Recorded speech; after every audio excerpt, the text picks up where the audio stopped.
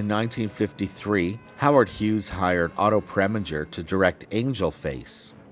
Preminger had been a theater director in Germany with only one film to his credit when he was invited to Hollywood in 1935. Then, in 1944, he made film history with Laura. He developed a reputation for noir, with Fallen Angel, Whirlpool, Where the Sidewalk Ends. But with Angel Face, he did what Otto always did best: push the envelope. An ambulance is called to a mansion. The matriarch was poisoned by a gas leak. She suspects that it is a murder attempt, likely by her stepdaughter, the Angel Face of the title. The silly ambulance driver, played by Robert Mitchum, notices Angel Face downstairs plunking away on the piano, and he immediately falls in love with this crazy girl.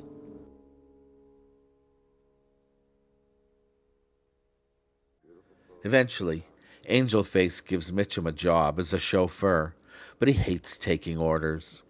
He realizes how much Angel Face loves her dad, a novelist who stopped writing when he remarried. She blames her super wealthy stepmother for all their woes. Mitchum's character doesn't seem to know what hit him. In fact, at one point he asks, "How stupid do you think I am?" She arranges for Mitchum to be away for the day so that her stepmother will have to drive herself to town for an important appointment. Stepmom leaves as Angel Face plays a mad melody on the piano. But what Angel Face doesn't realize is that her beloved father also has to go to town, and he jumps in the car for a ride. This is what happens.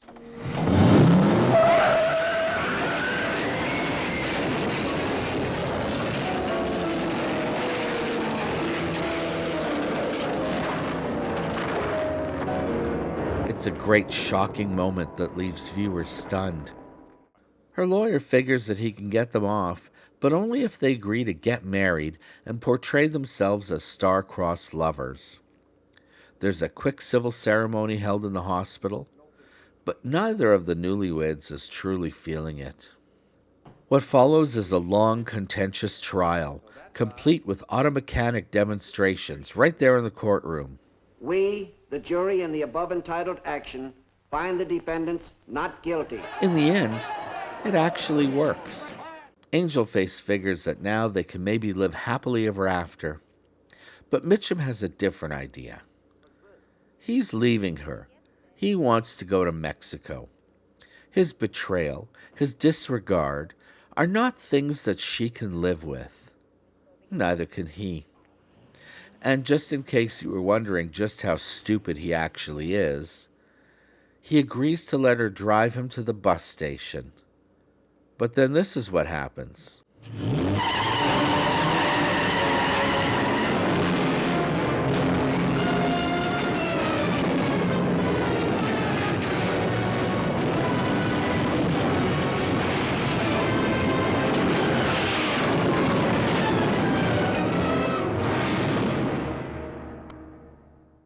And another final American film was Max Ophuls' The Reckless Moment.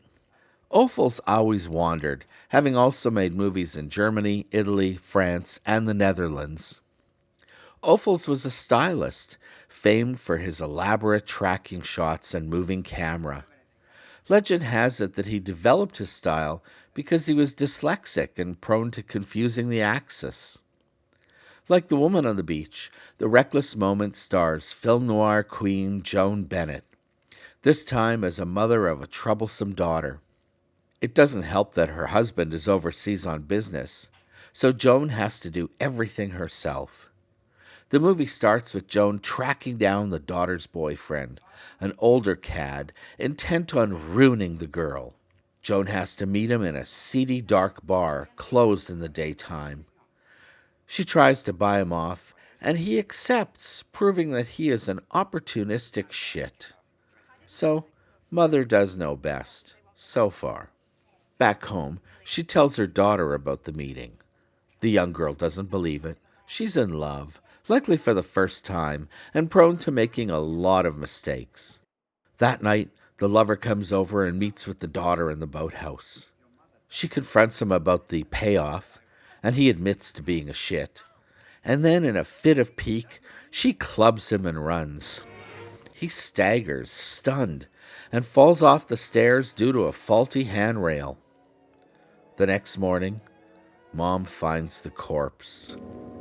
Seems he not only fell about 10 feet, but landed right on an anchor. Mom flips, and in a silent scene, she looks about in panic, but then she knows what she has to do. She drags the heavy corpse onto the boat and drives to the middle of the lake, where she dumps the body and the anchor, because that's what a mother does to protect her kids. Back at the house, the daughter is flustered, but clearly doesn't realize that the boyfriend is dead, until it hits the papers and becomes the big local news story.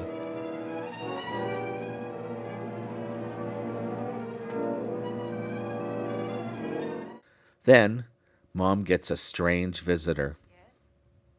A blackmailer, played by smooth James Mason, who shows up with love letters written by the daughter to the dead guy. How incriminating. Mom must do everything in her power to prevent those letters from ever seeing the light of day. The blackmailer, who has an evil accomplice, demands $5,000, which of course Mom doesn't have. The cops find the body and the anchor right away. There is a lot of incriminating evidence. But Mom is never questioned by the police. Then we discovered that the blackmailer has fallen in love with the mother and even offers a discount on the blackmail money. I wish things could have been different in many ways. Only one good thing came of it. I met you. Then the blackmailer tells her that they arrested some guy for the murder. But the mother knows the accused is actually innocent, and so she tells the blackmailer that it was she who killed the cad. Still in love with her, the blackmailer rationalizes the situation. He tells her to forget about it. But that night, his evil co-conspirator visits the mother in the boathouse and threatens her. The blackmailer shows up just in the nick of time. This scene is interesting. James Mason is doing nothing other than walking somewhere. But Ophel's style rises above the material.